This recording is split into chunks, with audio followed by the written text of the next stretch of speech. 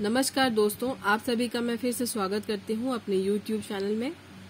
Tukaram versus state of Maharashtra के case से जो बदलाव आए वो सारे बदलाव जो है आज हम पढ़ेंगे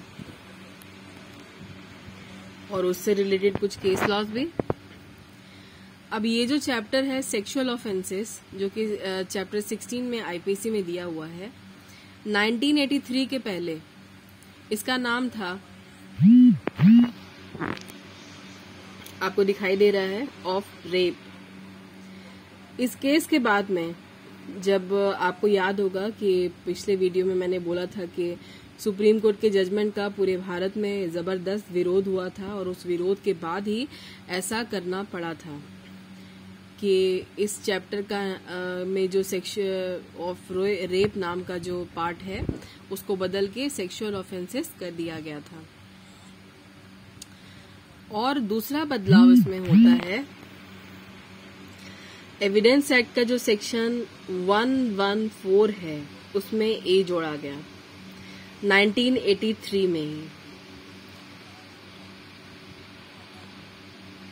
और इस सेक्शन में जो बात दी गई है वही एक और केस में कही गई थी, यानी इसी बात को एक केस में रिपीट किया गया। वो आपके सामने दिख रहा है, नवाब खान वर्सेस सेठ 1990। इसमें बोला गया कि जिस महिला के साथ में सेक्सुअल इंटरकोर्स किया जाता है, अगर वो ये कहती है कि इस काम को करने में उसकी सहमति नहीं है, तो कोर्ट को ये प्रिज्यूम करना होगा, ये उपधारणा करनी होगी कि हाँ उसकी सहमति नहीं है। और अगर एक्यूज कहता है कि उसकी सहमति थी, तो बर्डन ऑफ प्रूफ एक्यूज पे होगा। वैसे तो आप सभी जानते हैं कि बर्डन ऑफ प्रूफ हमेशा प्रोसिक्यूशन पे होता है, यानी अभियोजन पे होता है। तो जैसे ही प्रोसिक्यूशन पे बर्डन आता है और वो अपनी बात को रख देता है, कोर्ट के सामने साबित करता है, तो ये जो बर्डन ऑफ प्रूफ है फिर ये शिफ्ट हो जाएगा ना एक्यूज के ऊपर कि प्रोसिक्यूशन ने तो अपनी बात रख दी, अब आपको साबित करना है कि आपने ये काम नहीं किया है। अब ये जो सेक्शन 114 का ए है, इसमें भी यही बोला गया था कि अगर कोई महिला सेक्सुअल ऑफेंसेस के लिए अपनी सहमति नहीं देती है इंटरकोर्स के लिए, तो कोर्ट को ये प्रिज्यूम करना होगा, क्योंकि ये एविडेंस एक्ट के प्रिजम्पशन चैप्टर से ही है ये सेक्शन, तो कोर्ट को ये मान लेना होगा, प्रिज्यूम करना होगा, उपधारणा करनी होगी कि उस महिला ने सहमति नहीं दी। ऐसा सिर्फ इसलिए हुआ क्योंकि तुकाराम वाले केस में सुप्रीम कोर्ट ने बोल दिया था कि जब उस महिला की सहमति है ही तो फिर ये रेप नहीं है। इसकी बहुत आलोचना भी हुई, जिसकी वजह से ये सब बदलाव करना पड़ा। तो ये 114 में ए 1983 में जोड़ा गया, लेकिन इसके बाद भी 2013 में बहुत बदलाव हुए। इसमें बहुत सारे सेक्शंस जो हैं डाले गए, बहुत सारे क्लॉजेस डाले गए, जो कि इस सेक्शन को भी एक बार हमें देख लेना चाहिए। सेक्शन 114 के ए में ये बात लिखी गई है कि अगर कोई महिला जो है रेप करने के लिए, यानी इंटरसेक्शन, कोई भी व्यक्ति रेप करने के लिए अपनी सहमति कभी देता ही नहीं है वैसे तो, लेकिन अगर कोई महिला सेक्सुअल इंटरकोर्स के लिए अपनी सहमति नहीं देती है, तो यहाँ पर कोर्ट को उपधारणा करनी होगी कि उस महिला की सहमति इसमें नहीं है। तो ये जो पीछे हमने देखा अमेंडमेंट, जो कि मैंने आपको दिखाया, 1983 का है।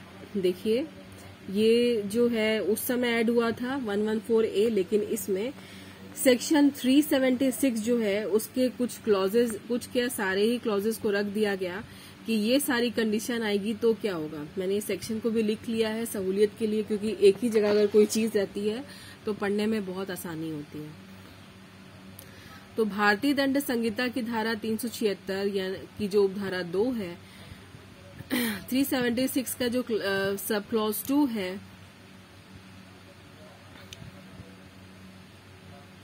तो ये जो उपधारा है उसका ABCDEFGHIJKLMN तक जो दिया हुआ है सब क्लॉज, यानी कि 2 नंबर तो क्लॉज हो गया और बाकी के सब क्लॉजेस हैं, यानी खंड क से लेकर के खंड ढ तक में ढ ही है ये, के अधीन में बलात् संग के लिए किसी अभियोजन में जहां अभियुक्त द्वारा मैथुन करना साबित हो जाता है, ये पता चल गया कि हाँ ये बात हुई है। और सवाल ये है कि क्या इस काम के लिए उस महिला की सहमति थी। तो यहाँ पर ऐसी स्त्री के लिए न्यायालय के सामने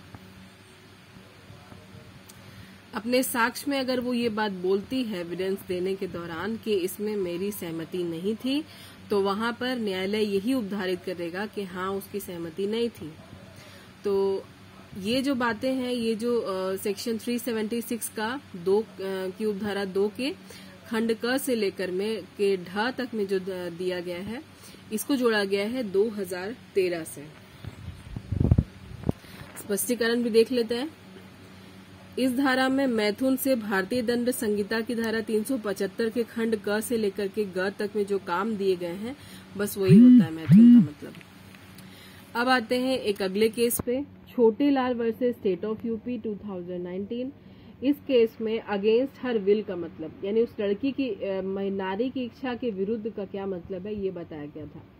तो कोर्ट ने कहा कि जब किसी महिला के साथ ऐसे अपराध किए जा रहे हों, तब वो उसका अगर विरोध करती है, तो यहाँ पर माना जाएगा कि ये जो काम हो रहा है ये अगेंस्ट हर विल है। ये जितने भी केसेस मैंने आपको बताए, अमेंडमेंट मैंने आपको बताया, ये आप बिल्कुल मत भूलिएगा। और वैसे भी कोरिलेट करके ही पढ़ना चाहिए। कोरिलेट करके पढ़ने से आपकी नॉलेज भी बढ़ती है, आपका आंसर भी बहुत अच्छा होता है। और एक बात और मैं आपको बताना चाहती हूँ कि मेरे चैनल पे जितने भी वीडियोस हैं, ये सिर्फ प्री ओरिएंटेड तैयारी नहीं हो रही है, उसमें मेंस ओरिएंटेड तैयारी भी नहीं हो रही है, बल्कि इंटरव्यू ओरिएंटेड तैयारी हो रही है। यानी कि आपका लॉ इतना मजबूत करना चाहती हूँ मैं, और शायद इतना मजबूत हो जाएगा कि आप इंटरव्यू के लिए भी प्रिपेयर हो जाएंगे। आप देख रहे हैं कि मैं आपको उस तरीके से समझा रही हूँ कि आपकी मेंस की लिखने की राइटिंग जो है स्किल बहुत अच्छी बन जाएगी। तो आज के लेक्चर को कंक्लूड करने का वक्त हो गया है।